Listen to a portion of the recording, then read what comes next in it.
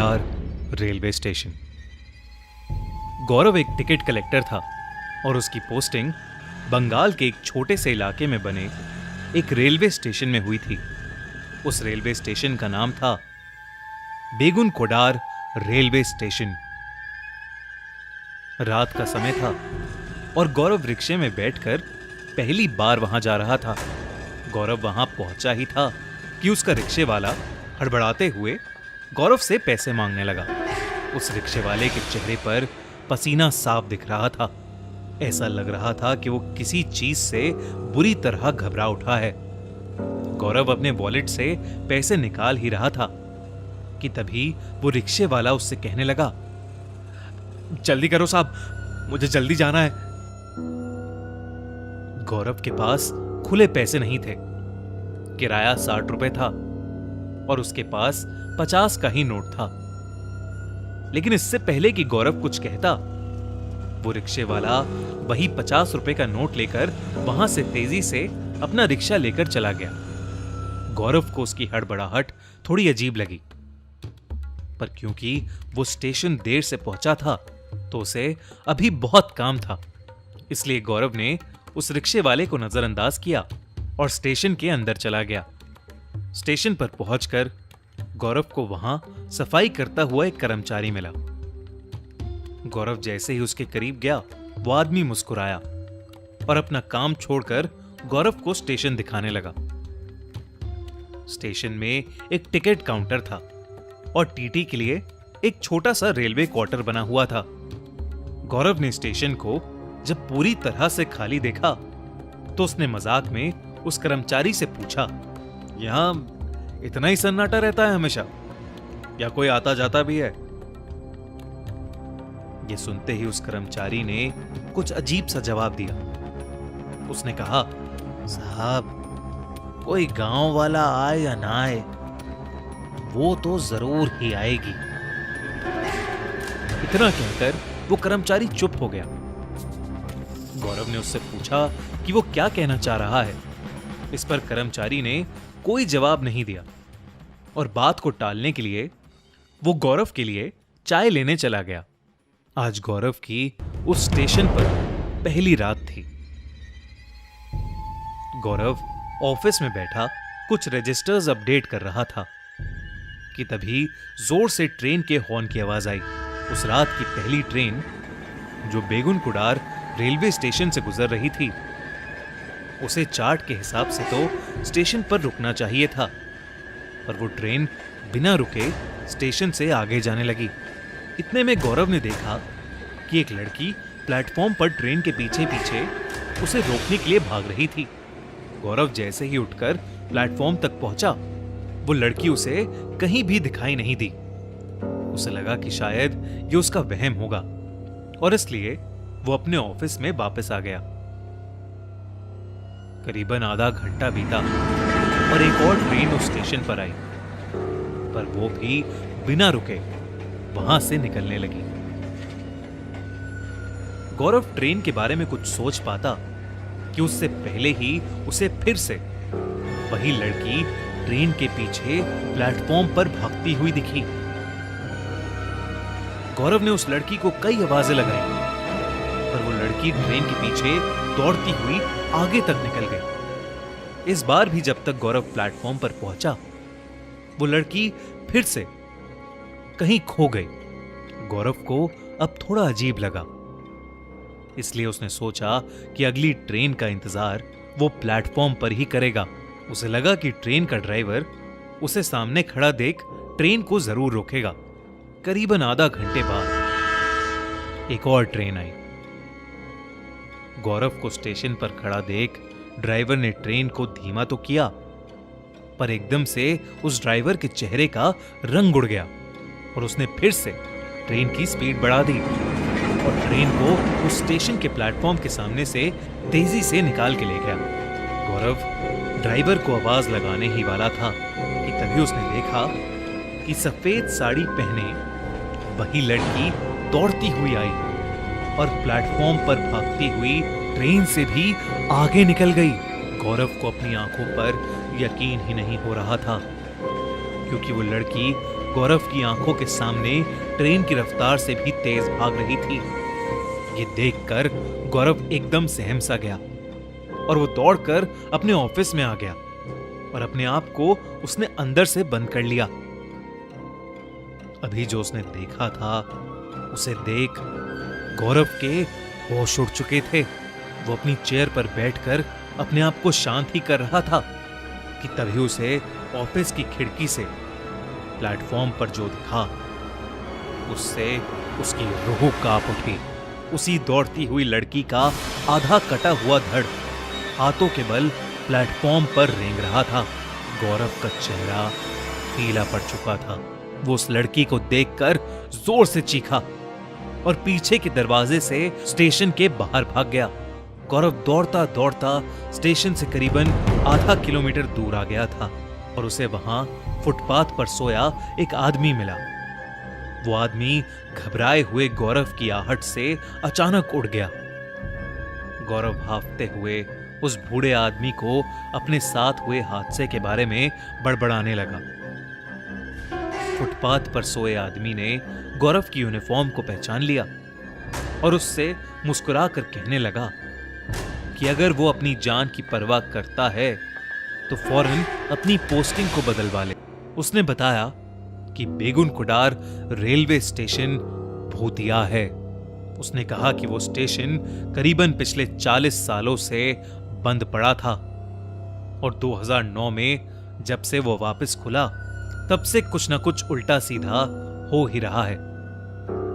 माना जाता है कि आज से तकरीबन 50 साल पहले स्टेशन की आउटर रिंग पर एक लड़की की ट्रेन से कटकर मौत हो गई थी। सभी का मानना है कि वो स्टेशन वाली आत्मा उसी लड़की की है। बेगुन कुडार स्टेशन पर रात के समय कोई भी ट्रेन नहीं रुकती, पर उस लड़की की आत्मा रात में गुजरने वाली हर एक ट्रेन के सामने जरूर दौड़ती पाई जाती है।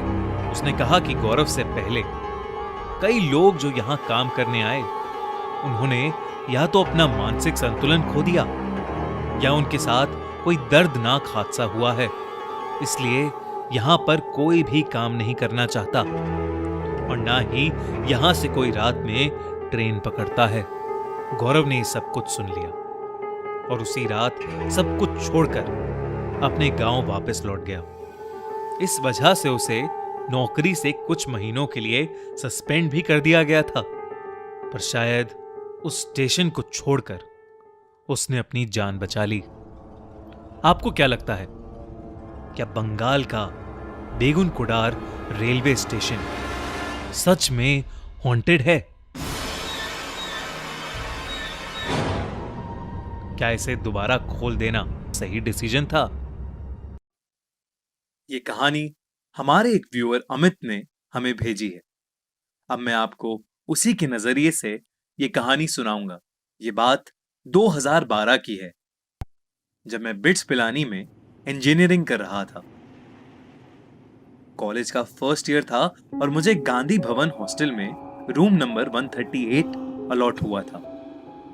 हॉस्टल के पहले दिन से मेरे साथ कुछ अजीब ही चीजें हो रही थी। रोज सोने के बाद आधी रात में मुझे किसी लड़के के रोने की आवाजें सुनाई देती थी, जैसे कोई उस लड़के को बहुत बुरी तरह पीट रहा हो। कभी मुझे ऐसा लगता था कि मेरे रूम के अंदर कोई आया है और खिड़की के पास खड़े होकर मुझे बस घूरे जा रहा है। मुझे तब और ज्यादा डर लगने लगा जब मेरे रूममेट ने बताया कि उसे ऐसी कोई आवाजें सुनाई नहीं देती थी। शुरू के पहले महीने में हमें 4 दिन की छुट्टी मिली थी। कई लोग घर चले गए और हॉस्टल में बहुत ही कम लोग रुके थे। मेरा रूममेट भी घर चला गया था और मैं मेरे रूम में अकेला था। उस दिन बाहर जोरदार बारिश हो रही थी। करीब रात के 12 बजे दरवाजे पे बहुत जोर से खटखट हुई। मैंने दरवाजा खोला तो वहां कोई नहीं था और जब मैं वापस मुड़ा तो मेरे रूम का सारा सामान बिखरा पड़ा था। बारिश और तेज हो गई, जिसकी वजह से लाइट भी चली गई। कुछ देर बाद दरवाजे पर और जोरों से खटखट हुई। लेकिन इस बार भी बाहर कोई नहीं था। तब मैंने देखा कि बगल वाला कमरा जिस पर हमेशा ताला लगा रहता था वो खुला पड़ा। पता नहीं मुझे क्या सोचा, पर मैं इस रूम के अंदर जाने से खुद को रोक ही नहीं पाया। अंदर घुसते ही कमरे का दरवाजा जोर से बंद हो गया। मुझे फिर वही रोने की आवाज सुनाई देने लगी जो मुझे रोज रात में सोने नहीं देती थी। तभी मेरे पीछे की अलमारी बहुत तेजी से हिलने लगी और मुझे ऐसा लगा कि उसके अंदर से कोई बाहर आना चाहता है। इतने में मुझे खिड़की टूटने की आवाज सुनाई दी और जैसे ही मैं पीछे मुड़ा, मुझे कड़कती बिजली की रोशनी में पंखे से लटकी एक लड़के की लाश दिखी। मैं वो देख के बुरी तरह घबरा गया और उस कमरे से निकलकर नीचे गार्ड के पास भागा और उसे सब कुछ बताया। वो गार्ड मुझे वापस उस रूम नंबर 137 ले गया। जो मैंने देखा उससे मेरे होश उड़ गए। उस कमरे पर ताला लगा था। गार्ड ने मुझे बताया कि वो रूम पिछले 15 सालों से बंद पड़ा है। उसने बताया कि यहाँ एक लड़का रहता था जिससे यहाँ एक प्रोफेसर की बेटी से प्यार हो गया था। प्रोफेसर को उनका रिश्ता बिल्कुल भी मंजूर नहीं था और कल्चरल फेस्ट के एक दिन उस प्रोफेसर ने उस लड़के को पंखे से लटकाकर मार डाला और उस लड़के का नाम भी अमित था। ये सुन के मैं पूरी तरह दंग रह गया। मैंने अगली सुबह ही अपना हॉस्टल चेंज कराया। उस रात के बाद मेरे साथ ऐसा किस्सा फिर कभी नहीं हुआ, लेकिन फिर भी मेरे अंदर उस हॉस्टल के सामने से गुजरने की हिम्मत कभी नहीं हुई। Ramoji film city, Hyderabad. Ramoji film city दुनिया की सबसे बड़ी फिल्म सिटी है। यह जगह किसी अजूबे से कम नहीं है। दूर दूर से लोग रामोजी फिल्म सिटी को देखने आते हैं, पर यह जगह इंडिया की मोस्ट हॉन्टेड जगहों में से एक भी है। रामोजी राव द्वारा बनाई गई ये फिल्म सिटी अपने अंदर न जाने कितने राज छुपाए बैठी है। लोग कहते हैं कि रामोजी फिल्म सिटी एक पुराने जमाने की युद्ध भूमि पर बनी हुई है और वो ऐसे सोल्जर्स की आत्मा से हॉन्टेड है जो बहुत साल पहले उसी युद्ध भूमि में अपनी जान गंवा बैठे थे। लेकिन 26 साल की समायरा को इसका कोई अंदाजा नहीं था। उसका बचपन से सिर्फ एक ही सपना था, एक सक्सेसफुल एक्ट्रेस बनने का। पर उस सपने को पूरा करने में बहुत स्ट्रगल भी था। समायरा को इंडस्ट्री में 5 साल हो चुके थे, पर अब तक उसे ऐसा कोई प्रोजेक्ट नहीं मिला था जिसे वो अपना बड़ा ब्रेक कंसिडर कर सके। समायरा की अब अपने सपने पर गिव अप करने की नौबत आ गई थी। तभी एक सुबह उसे एक कास्टिंग डायरेक्टर का कॉल आया। उस कास्टिंग डायरेक्टर ने बताया कि एक बड़े बॉलीवुड मूवी डायरेक्टर को उसकी प्रोफाइल बहुत पसंद आई है और वो उसे अपनी मूवी में कास्ट करना चाहता है। समायरा की खुशी का ठिकाना नहीं था। उसने अपनी ऑडिशन की वीडियो सेंड की और कुछ ही दिनों में उसे सिलेक्शन का कॉल आ गया। समायरा को रामोजी फिल्म सिटी में शूटिंग का इनविटेशन आया और वो निकल पड़ी अपने सपने को मुमकिन करने के लिए। रामोजी फिल्म सिटी के बारे में जितना समायरा ने सुना था वो उससे भी ज्यादा सुंदर थी। मूवी का सेट बहुत ही बड़ा था। फिल्म की पूरी टीम से मिलकर समायरा अपने ग्रीन रूम में चली गई। समायरा को अभी भी विश्वास नहीं हो रहा था कि उसका सपना सच हो रहा है कि तभी उसे अपने ग्रीन रूम के बंद वॉशरूम के अंदर से एक आवाज आई। समायरा को यह बात बहुत अजीब लगी। वो अंदर से बज रहे दरवाजे के पास गई तो आवाज और तेज हो गई। ऐसा लग रहा था कि कोई उस वॉशरूम के अंदर फंस गया है और बाहर आने के लिए खटखटा रहा है। लेकिन जब समायरा ने वो दरवाजा खोला तो उस बाथरूम के अंदर कोई नहीं था। समायरा इस बारे में सोच ही रही थी कि तभी उसे कुछ फूटने की तेज आवाज आई। समायरा भागकर वॉशरूम से बाहर निकली तो उसने देखा कि उसकी ड्रेसिंग टेबल के बड़े से मिरर पर एक बहुत बड़ा क्रैक था और उस मिरर पर लाल रंग से किसी अलग लैंग्वेज में, शायद एशियंट उर्दू में कुछ लिखा हुआ था। ये देखकर समायरा की चीख निकल गई और वो ग्रीन रूम से बाहर भागी। उसने सेट पर मौजूद लोगों को सब कुछ बताया और कुछ असिस्टेंट्स समायरा के साथ उस ग्रीन रूम में गए, पर जब वो वहां पहुंचे तो उन्हें कुछ भी दिखाई नहीं दिया। शीशा भी जुड़ा हुआ था और वॉशरूम से कोई आवाजें भी नहीं आ रही थीं। समायरा की बात पर कोई विश्वास नहीं कर पा रहा था, और क्योंकि शूट बस शुरू ही होने वाली थी तो कुछ मेकअप आर्टिस्ट उसका मेकअप करने लगे। समायरा को भी अपने साथ हुआ यह किस्सा भुलाना पड़ा और वो शूट से पहले अपनी लाइंस की रिहर्सल करने लगी। पहले सीन में समायरा शॉपिंग करके अपने घर लौट रही थी और रास्ते में एक चोर उसका बैग छीनने वाला था। सीन बिल्कुल परफेक्ट हुआ, पर फिर भी डायरेक्टर लाइट्स एडजस्ट करके उस सीन के रीटेक्स लेने लगा। सिर्फ उसी एक सीन के करीबन 20 टेक्स हो चुके थे। समायरा थोड़ी सी फ्रस्ट्रेट होने लगी थी, इसलिए उसने डायरेक्टर से फीडबैक मांगा। डायरेक्टर ने समायरा को कैमरे के पास बुलाया और उससे बताया कि उस सीन में समायरा की कोई गलती नहीं थी, पर हर बार एक काली सी परछाई समायरा के सर के पास आ रही थी। डायरेक्टर को लग रहा था कि कोई लाइटिंग का इशू था, पर समायरा को उस परछाई में कुछ ऐसा दिखा जिससे उसके होश उड़ गए।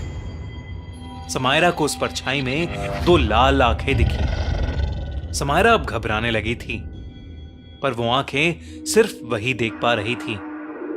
वो और लोगों को भी उन आंखों को दिखाने की कोशिश कर रही थी, पर कोई भी उसकी बात समझ नहीं पा रहा था। डायरेक्टर ने डिसाइड किया कि वो इस सीन को स्किप करेंगे और अब इंडोर सीन्स को पहले शूट करेंगे। अगले शॉट में समायरा अपने घर के काउच पर बैठी हुई चाय पी रही थी।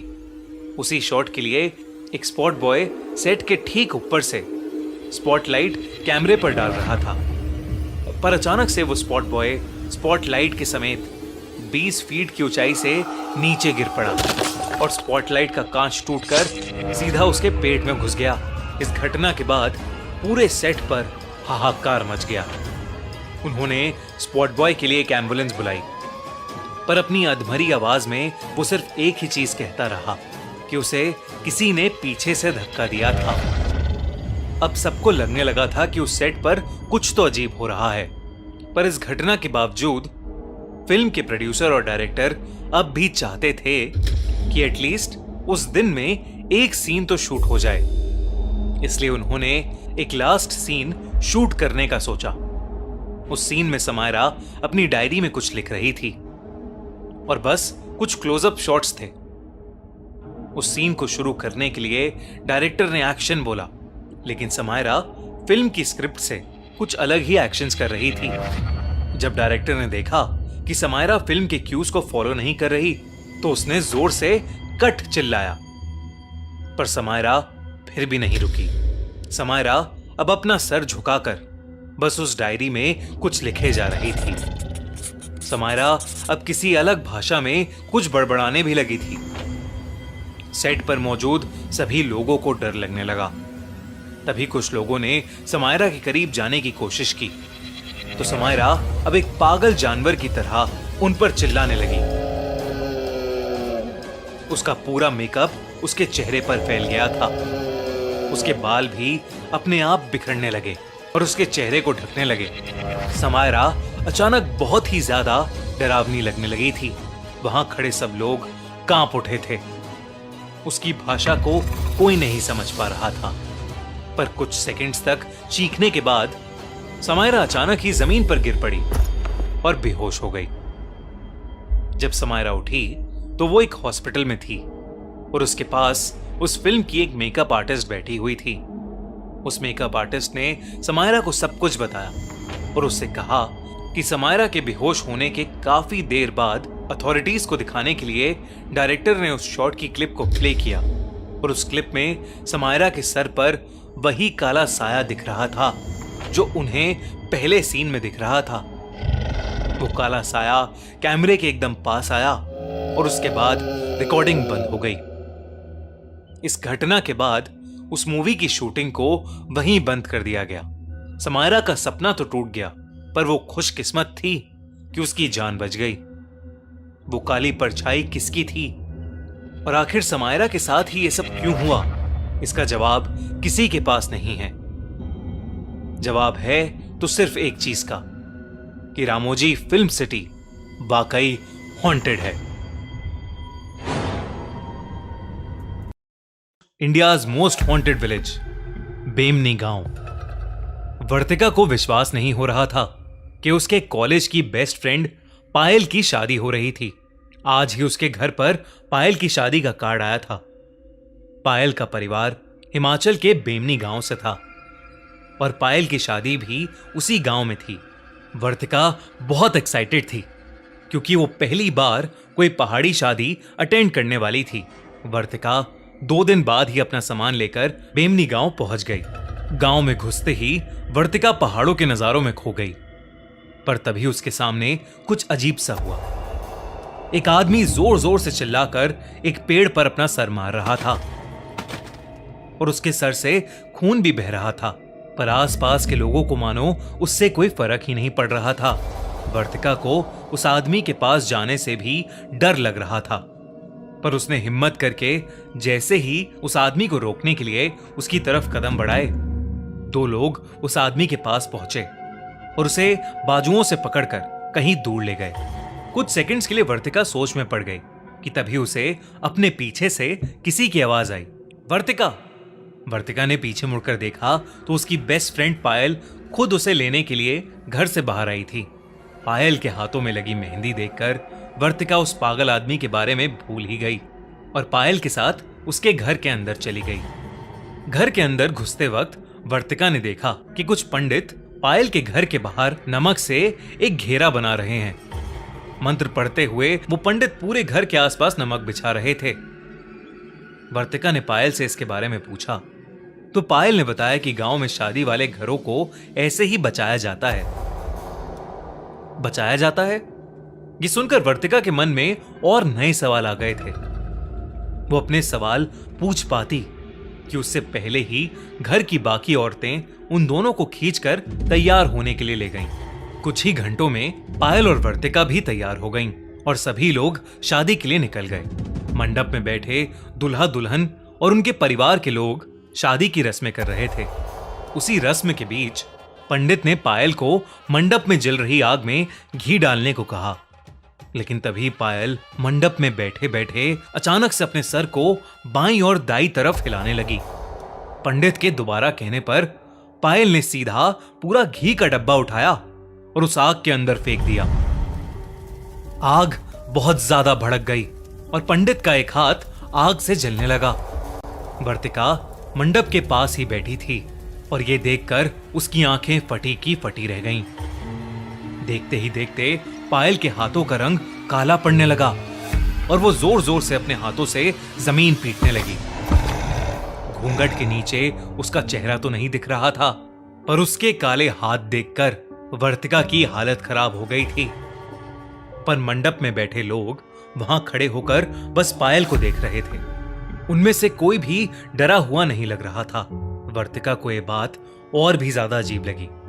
वो जब से बेमनी गांव में आई थी तब से कुछ ना कुछ अजीब घटे जा रहा था, जो वर्तिका के लिए तो बहुत डरावना था, पर बेमनी गांव के लोगों के लिए शायद आम बात लग रही थी। तभी वर्तिका को पायल की जोरों से चीखने की आवाजें आईं और उसका घूंघट उसके सर से हट गया। घूंघट के नीचे से जो चेहरा दिखा वो पायल का बिल्कुल भी नहीं लग रहा था। उसकी आंखें लाल पड़ी थीं, बाल एकदम बिखर गए थे और उसके दांत नुकीले हो गए थे। वो एक पागल जानवर की तरह आवाजें निकाल रही थी। पायल का बड़ा भाई तेजी से मंडप से निकला और कहीं बाहर चला गया। वहां पर बैठे लोग अब भी बस शांति से पायल को देख रहे थे। वर्तिका से अपनी दोस्त की हालत देखी नहीं जा रही थी और वो हिम्मत करके उसके पास जाने लगी कि तभी पायल की मम्मी ने वर्तिका को रोक लिया और उससे कहा कि पायल बिल्कुल ठीक हो जाएगी। बड़े पंडित जी बस आते ही होंगे। लेकिन देखते ही देखते पायल की हालत और खराब होने लगी थी। उसने अपने हाथों से अपने ही बालों को खींचना शुरू कर दिया और वो किसी अनजान भाषा में कुछ बड़बड़ाने लगी। वर्तिका की नजरें पायल से नहीं हट रही थीं। पायल का यह रूप देखकर वर्तिका कांप गई थी। उसे यह नहीं समझ आ रहा था कि आखिर कोई भी पायल की मदद क्यों नहीं कर रहा है। उसने जोर लगाकर पायल की मम्मी से खुद को छुड़ाया और पायल के करीब चली गई। वर्तिका ने पायल से बात करने की कोशिश की और पायल थोड़ी शांत हो गई। पायल के शांत होते ही वर्तिका जैसे ही उसके करीब गई, पायल ने दोनों हाथों से वर्तिका के गले को पकड़ लिया और जोर से उसका गला दबाने लगी। उसी समय पीछे से किसी के कुछ मंत्र बोलने की आवाजें आईं और किसी ने पायल के ऊपर जल छिड़क दिया और पायल बेहोश हो गई। उसी के साथ वर्तिका भी बेहोश हो गई। जब वर्तिका की आंख खुली तो वो एक बेड पर सो रही थी। वो पायल के घर में थी। वो उठकर पूरे घर में देखने लगी, लेकिन पायल घर में थी ही नहीं। उसने पायल को आवाजें लगाना शुरू किया, पर उसे वो कहीं नहीं दिखी। तभी पायल की मम्मी वहां आ गईं और उन्होंने वर्तिका को कुर्सी पर बिठाकर उसे बताया कि कल रात पायल की शादी हो गई और वो अपने ससुराल जा चुकी है। उन्होंने वर्तिका से कहा कि कल रात जो कुछ भी हुआ था वो बेमनी गांव में होने वाली एक आम घटना थी। उन्होंने बताया कि बेमनी गांव पर कई सैकड़ों साल पुराना एक श्राप है। यहां पर प्रेत आत्माएं लोगों पर काबू पा लेती हैं। वैसे तो मंडप के बाहर भी सुरक्षा कवच बनाया गया था, पर किसी ने उस कवच को मिटा दिया था। इसलिए पायल पर एक बुरी आत्मा हावी हो गई थी। ये सब कुछ सुनकर वर्तिका को विश्वास नहीं हो रहा था।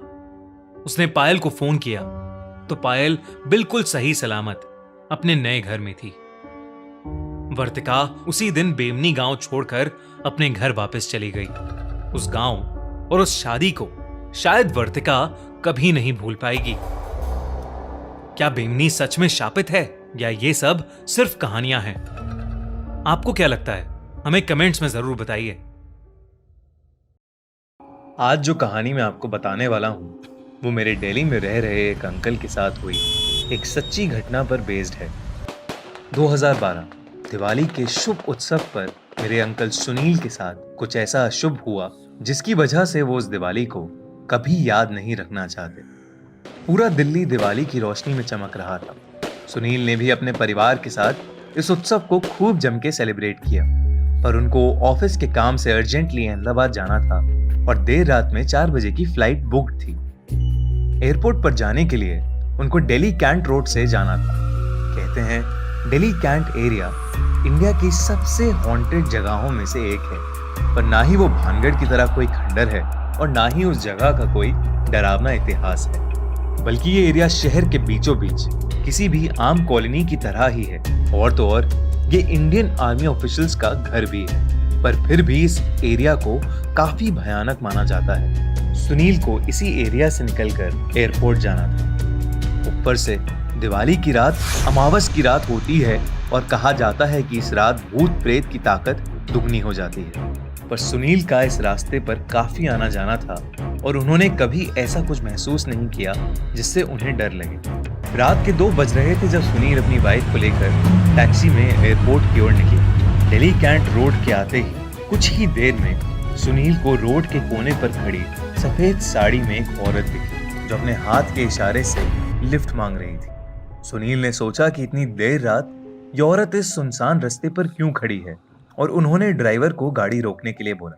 टैक्सी ड्राइवर ने औरत के पास जाकर गाड़ी रोकी और सुनील ने उससे बोला, हम एयरपोर्ट तक जा रहे हैं, आइए हम आपको छोड़ देते हैं। उस औरत ने कोई जवाब नहीं दिया। वो नीचे मुंह करके खड़ी थी और उसके खुले बालों से उसका पूरा चेहरा ढका हुआ था। सुनील ने फिर बोला, घबराइए मत, हम आपको आगे तक छोड़ देंगे।